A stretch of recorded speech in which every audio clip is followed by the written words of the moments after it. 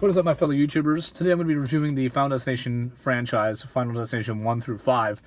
And I'm going to do this video and make it a little bit different this time around, because I feel like the last one was a little too long, and I feel like it could have been condensed a lot. So I'm going to be doing it again for you guys out there, a different format, different style, where you can actually see my face while I'm talking, So I'm going to do it a little differently. So in this one, basically I'm going to be talking about the same thing I talked about the last video that I made, the previous video I made, but I'm just going to, maybe add some things I didn't add before. So in the first movie, Final Destination, came out in 2000, directed by James Wong.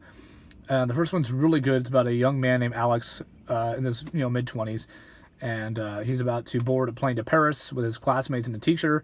And even before he gets on the plane, he has a really bad feeling that something bad's about to happen. Even when he's at the terminal, he realizes that something bad's about to happen, but he kind of just shrugs it off and says, maybe I'm just tripping out. Maybe I'm just being a nervous Nelly.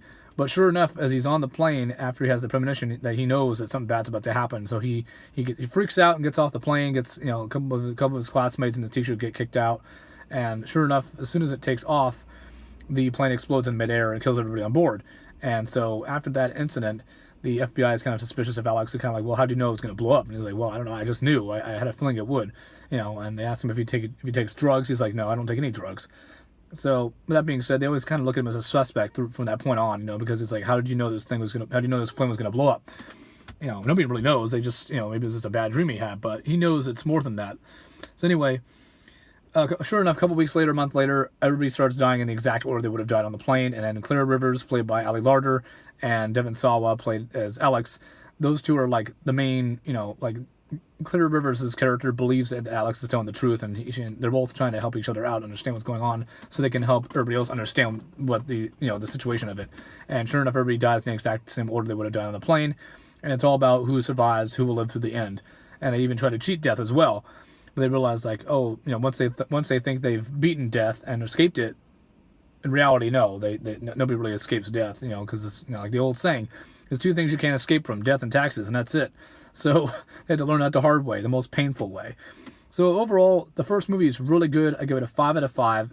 Excellent movie, great suspense, great eerie feeling to it, great dark vibe. Really makes you feel uncomfortable. Great acting, great effects. Just an overall very smart made film, and James Wong did an excellent job.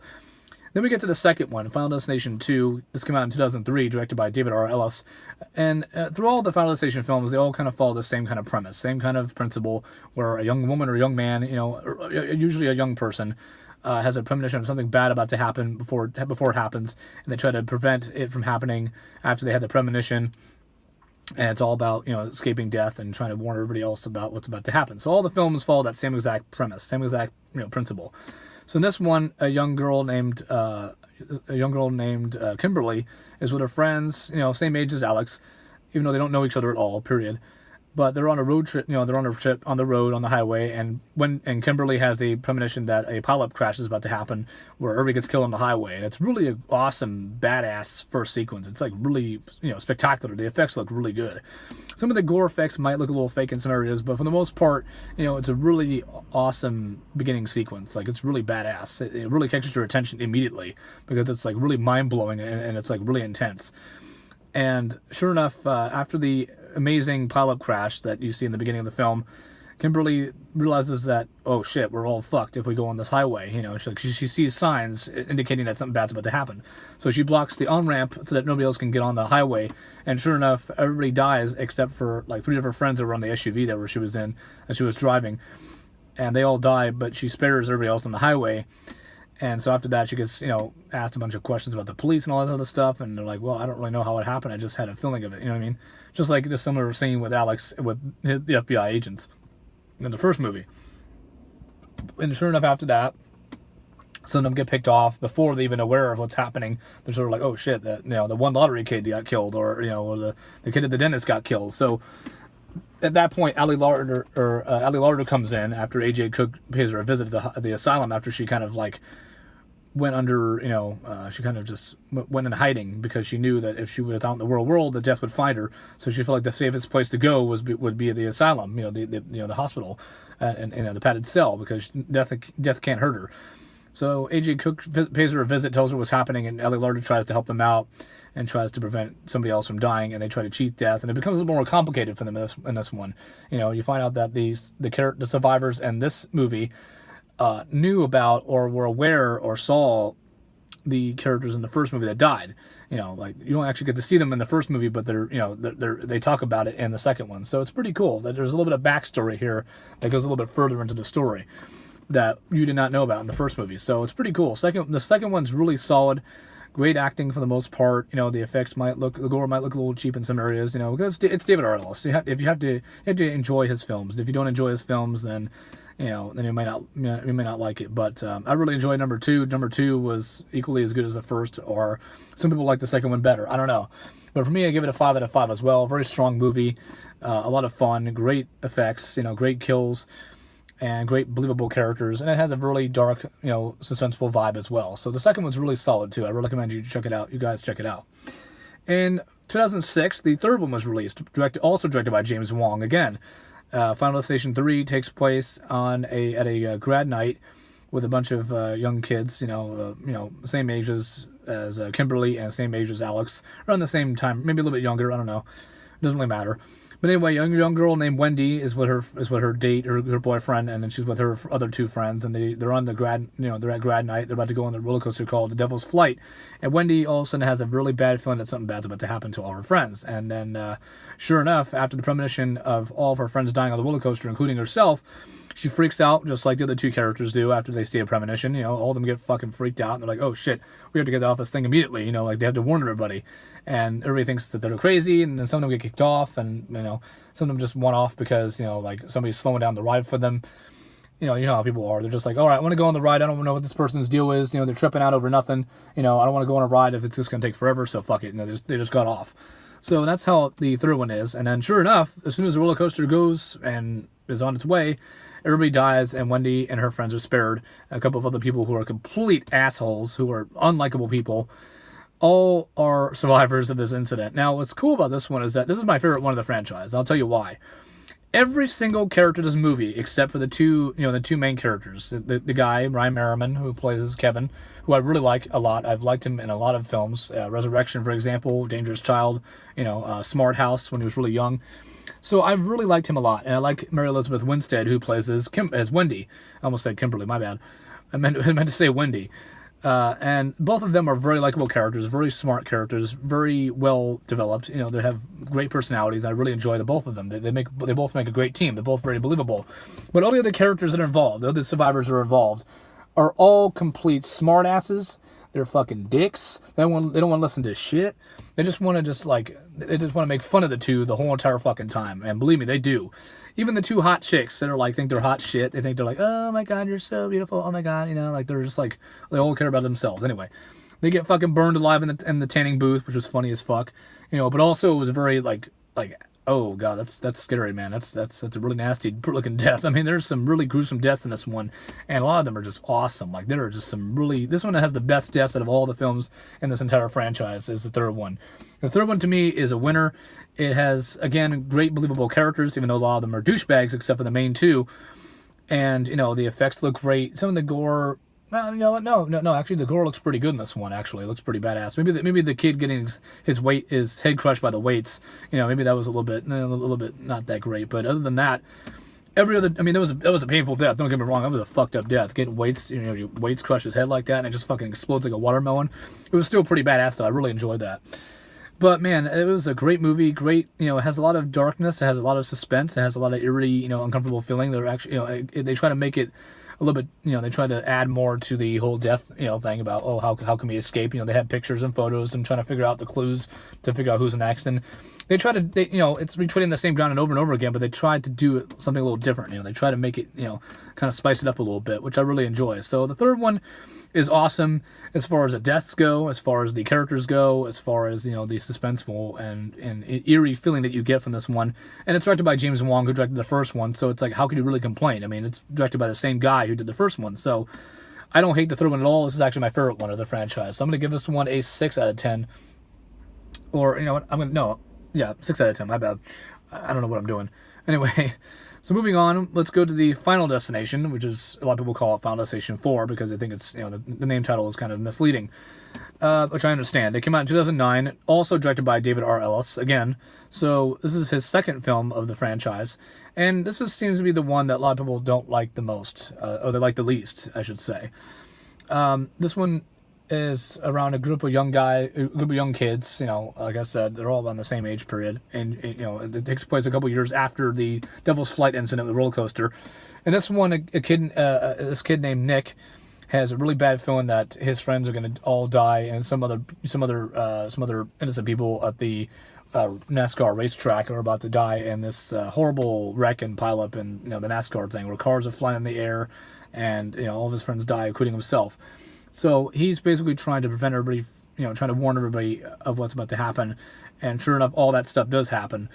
And then after that, he tries to find a way to warn his friends about what's about to happen. Unfortunately, they don't want to listen to him because they think he's just tripping out. But sure enough, they all start dying in the way they were sitting in the roller coaster. I mean, not the roller coaster, at the racetrack. And it goes from there, and they're all trying to figure out who's going to be next and how can we stop it. So the fourth one I really like a lot. I like this one second. This is my second favorite of the franchise. Why is that? Because it may seem a bit campy. It may seem a bit lame. It may seem kind of like, well, they don't really do much to it. It doesn't really seem like it's very convincing at all, or the characters are not believable. But I still really enjoy the fourth one, though. I think the fourth one, again, it kind of gets unappreciated a little bit. And maybe people don't understand David R. Ellis' style of filmmaking. Maybe that's why. But a lot of people just don't seem to like the fourth one. Maybe they don't understand it that much like I do. Maybe they don't appreciate it like I do. But I think the fourth one deserves to be checked out. Maybe deserves to be watched again, given a chance at least. Maybe you can understand where it's coming from. Because I really thought the fourth one was actually really enjoyable. And the whole scene with, Nick's girlfriend Lori is trapped in the escalator and it starts tearing her up. And that was pretty nasty. There's some... The death scenes in this one are pretty fucking cool. I mean, they're pretty awesome. The CGI gore effects, though, and some of the scenes don't look that great at all. But other than that, it doesn't really bother me though. As long as I like the characters, which I do think which I did like, even though they're kind of bland, kind of just like average. But for the most part, I really like the fourth one, and a lot of people hate it, but I'm going to give it also a 5 out of 5. I know that may seem shocking to some people, but I like the fourth one a lot. I really do. And like I said, people need to either get David R. Ellis' films or they don't. So it's an acquired taste. It's not for everybody, but I really enjoy the fourth one a lot. Let's get into the last film of the franchise. I'm going to wrap this up here. We got Final Destination 5. It came out in 2011. This is the last film to be directed. And they weren't going to make any more. There was mentioning about the films being made, sequels after this, but then I found out that they're actually not going to make any more because they're very expensive to film. So unfortunately, we don't get to see more of these films being made, which is a shame because I would love to see more of these films and see what they can come up with next. But in this film, Final Destination 5 is directed by Stephen Quayle, a different director, and in this movie, this kid named Sam is with his friends on a bus. They're about to go over a bridge, and I forget where they're going. I think he's going to like some field trip or something like that. And he has this love interest. I forget her name. I don't know if it's Amy or I forget what her name is. But anyway, so Sam has a really bad feeling that the bridge is about to collapse and kills everybody. And it's pretty awesome, pretty gruesome, really good effects on this one.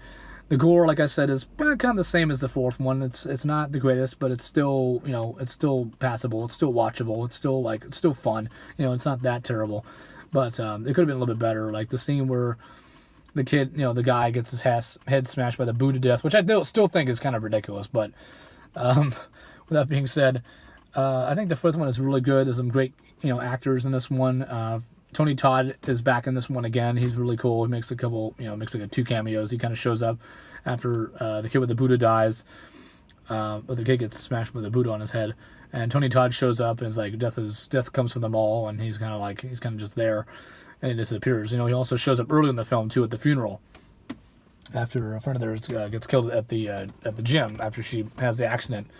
And ends up breaking her back, whatever. It was pretty nasty. So there's some really cool deaths in this one. It's really cool. They actually go a little bit further into the story, where if you can actually kill your friend to save yourself, then you can cheat death and spare your own life. So that was pretty cool. That was really neat. That was something new I wasn't expecting while watching this film. So other than that, I have to say Final Destination 5 was, to me, a 5 out of 5 as well. It wasn't my favorite of the franchise, and it's also a prequel, too, to number 1. So if you don't want to get confused, you can actually watch this one first, and then watch Final Destination 1, if you want to, because Final Destination 5 is a prequel to the series. So, and that being, with that, you know, to wrap this video up, I'm sorry, I think it went a little bit longer than I was expecting it to be, but anyway, I really enjoy all 5 of the films. Recommend them if you like something, you know, intense, suspenseful, eerie, something that kind of gives you the chills, something, or maybe you just want to see some people get fucked up badly. This is definitely the franchise to watch, because you're going to see a lot of cool deaths, and not every film has the best CGI effects, not every film has the best actors in it.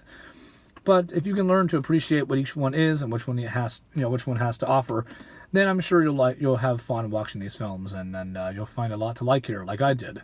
You know, like I said, a lot of people didn't like the 4th one. I love the 4th one, and you know, maybe I'm just a horrible bad movie critic. You know, you can say whatever you like. I mean, I don't really care. But perhaps maybe I am the worst movie critic in the world. Maybe perhaps I'm just, you know, have bad taste of what's good and what's bad. Maybe I don't know. Maybe I'm just an idiot. I don't know. But I really enjoyed the 4th one. Really enjoyed the 3rd one a lot. That was my favorite of all the films, and I really enjoy all 5 of these films. That's the entire Final Destination collection review. Again, thank you for watching, guys. Hope you enjoyed this video. Like and subscribe to my channel, and watch out for death, because it may be coming for you next. Take it easy, guys. Bye. Signing off.